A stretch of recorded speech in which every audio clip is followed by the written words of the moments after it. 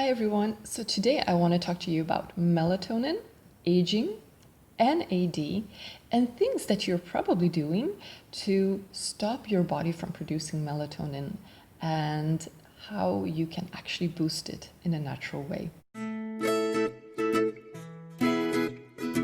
So let's start talking about melatonin. What is melatonin? Why is it important? And how is it related to aging? Well, most of you might know that melatonin is something that some people take to have a better night's sleep.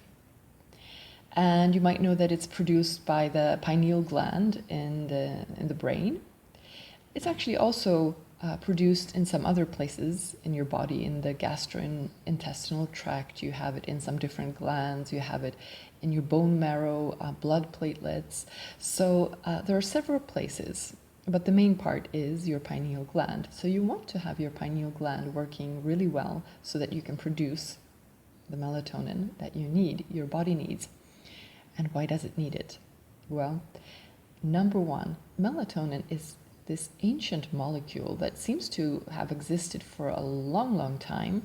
And it seems to exist kind of everywhere in everything that lives to some extent. And it's a super antioxidant, right? Free radicals can damage your body, and we get more free radical damage as we age. And this is a super antioxidant. I say super because it's very potent, and therefore super, you could say. But not just this, it's also both water soluble and fat soluble. In other words, it works both in environments where you have fat, like in fat tissue, but also in the brain, and in places where you have water. So this is something that protects your whole body, in the brain, outside of the brain, and it protects you from it's an antioxidant, so it protects you from free radicals. Now, it's also really interesting because melatonin is also the organizer and kickstarter of your immune system. So there have been studies where you look at the melatonin that's produced in your body, in the blood, and what happens at the same time when it comes to immune cells. So when you see the peak of melatonin coming at night, because that's when it's usually produced, when there's darkness, the body starts to produce melatonin. So you have the peak of melatonin, and right after that, you see a peak in lymphocytes. So your immune cells are stimulated by melatonin, and actually it affects directly your T cells, which then in turn sort of coordinate all other cells and your immune system response. So it's essential for having a good and strong immune system. Okay, that's nice. But what else? Now let's talk about metabolism, energy metabolism. See, this is where melatonin comes in and has so many different roles that it plays. And this is where it comes in and actually modifies things on the epigenetic level, right? So this is the level where you decide what is going to be expressed in your body, which genes you're going to express. And when it comes to the expression of genes, you have basically two things that you talk about. You talk about methylation, and as we age, we have less methylation. And so we have less silencing of genes. And also, this is general. So there are some places that become hypermethylated as we age, and they're not good. For instance, some are related to Alzheimer's disease and things like that. But in general, we do have a reduced methylation as we age. And this is actually what you use when you do the biological clocks and you want to check your biological age as opposed to your chronological age to see if you're older or younger than your chronological age, for instance. You tend to measure methylation. So melatonin affects methylation actually. So that's one. The other thing is you might have heard of acetylation or deacetylation. So deacetylation of histones, this is something that also silences your gene expression. And here you have, in the human body, you have some 18 enzymes that work as deacetylators. And there's one group of them that we've been talking about a little bit more that contains the NAD-dependent enzymes. And here is where NAD comes in. NAD, as you might recall, is produced, is used a lot in your mitochondria for energy production, but it's also necessary for these enzymes like sirtuins, which we have been talking about before, also PARPs, other enzymes. But the sirtuins, they silence the age-related information in your body. So the higher NAD levels you have, the better your sirtuins can work and the younger you can be or feel or be biologically, because you will not be expressing the things you would be expressing as an older person. So this is why we like to boost our NAD levels. And melatonin comes in here as well. See, as an antioxidant, it actually turns out that it protects NAD, so that the NAD that you have can actually be used by your sirtuins and is not damaged by your free radicals, which we always have in our body. So it works on that level, but it also works on a bunch of other levels. See, so you have your sirtuins, and then you have a lot of other things going on, you could say a bit lower down in the chain, that can then have a feedback mechanism that affect how the sirtuins work. Yeah. So it turns out that melatonin comes in a number of different places. For instance, P53. So P53 is something that is related to aging in many different ways, because, for instance, if you have more inflammation, you have more P53, and P53 then connects back to the sirtuins and reduces their action, right? So P53, not so good for sirtuins. And it also affects the length of your telomeres and many things, senescent cells, things like that.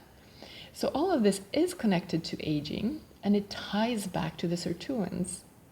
So what does melatonin do? Well, melatonin actually affects an enzyme that affects P53 so that you don't activate it. So the end result is that melatonin on that level does not activate P53, which then does not reduce your sirtuins. Yeah. So it has a lot of different actions that are on different levels, you could say, where it ties back into the sirtuins. So there's a lot of different mechanisms that are being investigated. But what we do see is that melatonin definitely comes in and affects the epigenetics, and it affects the energy metabolism. It also affects your insulin. For instance, your insulin sensitivity is affected by melatonin, because if you have low levels of melatonin, then your sensitivity, insulin sensitivity, is also decreased. And when your insulin sensitivity is decreased, you need more insulin to do the same job. And if you have more insulin in the body, you might know that then you start gaining weight. And you might know that then you're on your way to getting diabetes type 2. So all of that has to do with energy metabolism. And it has to do with melatonin, because melatonin affects that. It's not just insulin, it affects the IGF-1 factor as well. So, which is kind of similar to insulin in its structure, so maybe it's not so strange. So what we see is that melatonin is essential for your immune system to work. It helps you protect from free radical damage in many different ways, and it affects your energy metabolism, and it affects your aging and the epigenetics that has to do with aging. Okay, that's interesting, but what can you do to boost your melatonin? Can you eat it? Should you have a lot of melatonin at night before you go to sleep? Well, see, melatonin does a lot of other things as well. It even protects you against cancer in some ways. But when you look at different studies, it seems as though there's a level of melatonin that you want to have in your body. But you don't want to have too much. See, if you have too much, the cancer protection goes away. And if you have too little, the cancer protection goes away. And so you really don't want to overdose it. You don't want to just randomly boost it by taking exogenous melatonin. You can have some. You actually have it in some foods.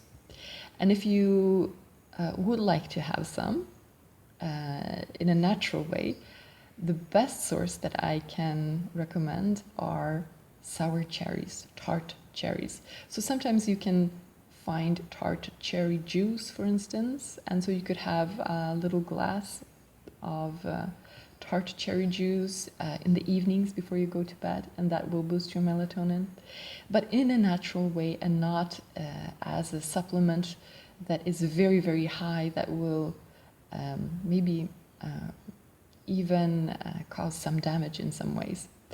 So, okay, so if taking a lot of melatonin is perhaps not the best way, what can you do? How can you make sure that your body produces as much as it chooses to, as it can? See, there are some things that we're doing, most of us are doing, that stop the melatonin production. And I want to talk about at least two major things. Number one, light. So you want to reduce the blue spectrum of the light that you have at night. So all white light contains blue color as well. And colors like yellow and red, if you have a light that's yellow and red, it probably will not contain a lot of blue light. So that's great. So at night, you want to have light bulbs or lights around you that are primarily yellow. Also, if you want to, there are some glasses that you can wear. So maybe if you can't control the lighting where you live, and you really want to work on your computer, which has a lot of blue light, then you can have these glasses. These are yellow glasses, and there are some that are made particularly to block out the blue part of the spectrum. Now, why would you want to do that? You want to do that from 6 p.m. or 6:30 or 7 p.m. because you want to have a few extra hours where you have melatonin circulating in your body, where you have these super antioxidants protecting you, where you have your immune system boosted, active, and where you're working on your epigenetics as well in a positive way. So if you go to sleep, say 11 o'clock, and until then you have these bright lights around you, then your melatonin doesn't really start. Your melatonin production doesn't really start until that time. Whereas you could have already had some 5 hours of melatonin production. Now, very often you will actually notice this, you will feel this. Sometimes you can feel that if you're a little bit sick, your symptoms get worse at night, because that's when your body is working much more, and the symptoms are not actually the disease. The symptoms are your body active and actively working to get rid of a disease. So you will often feel that, and if you reduce your lights and just one day see what happens, you will notice that you get sleepy earlier, and you might get these symptoms if you're already feeling a little bit ill, which actually just tells you that your immune system is starting to get active. Okay, so that's number one, reducing your blue light exposure at night, in the evening and at night. Number two, this is essential, crucial, and very few people know. It has to do with electromagnetic radiation, and especially microwave radiation, which is what we have, well, in microwave ovens, for instance, but also in cell phones. And so what you want to do is you want to eliminate that or diminish it as much as you can, reduce it when you're sleeping, so that you can produce the melatonin. See, there have been studies where people looked at, for instance, microwave exposure and what happens to the melatonin in the blood and in the urine. And it's dramatic, the effect that it has. It takes usually a few months, and after a few months, your melatonin is just a couple of % of what it used to be. And so what can you do? Well, if you have Wi-Fi, of course, turn it off at night. Make sure you don't have any electronic equipment around your bed in your bedroom. But sometimes you might live in an apartment and you're just inundated. There are so many other Wi-Fis, Bluetooths, there's maybe a cell phone tower nearby. So I would suggest that if you're living somewhere for a longer period of time, paint your bedroom with a color that dramatically reduces, almost eliminates the electromagnetic radiation. It's a black color, and it's really dense, viscous, but then you can paint whatever color you want on top of it. And this way you will have a bedroom where you can actually recuperate, because you won't be affected by all of the radiation, and you will be producing your melatonin. So these are my key 2 suggestions for you. Reduce your exposure to blue lights, and that doesn't mean that the light has to be blue. It can be white light, but it contains the blue part, right? So, but eliminate that in the evenings and at night, of course. And then number 2, make sure that you have an environment where you are not inundated with electromagnetic radiation when you sleep, especially when you sleep. So there's a bunch of other things you can do. You can look through, for instance, what your medications or what you're taking or your supplements. And I wrote an article. I recommend that you take a look at it, because there you have a list of some 25 or 30 medications that are common that actually block or reduce your melatonin production. And if you're taking some of these, what you can do is you can talk to your doctor and see if you can't take them in the mornings, for instance, so that you don't take some of these things right before you go to bed and when your melatonin is supposed to be really high. So there's a list of those. One of the things that you might be taking is B12 as a supplement. If you're taking it, you should be taking it in the morning, not at night. What else? Well, take a look at my article. There's a couple of things there that you can look through, and some suggestions on other little things that you can do. But the major thing is reduce your blue lights at night and reduce your electromagnetic exposure, especially when you sleep. So I hope you enjoyed this video, and you should also sponsor me on Patreon if you like this. This will help me to create a lot more videos like these and write more articles. And I'll see you in the next video. Thanks for watching.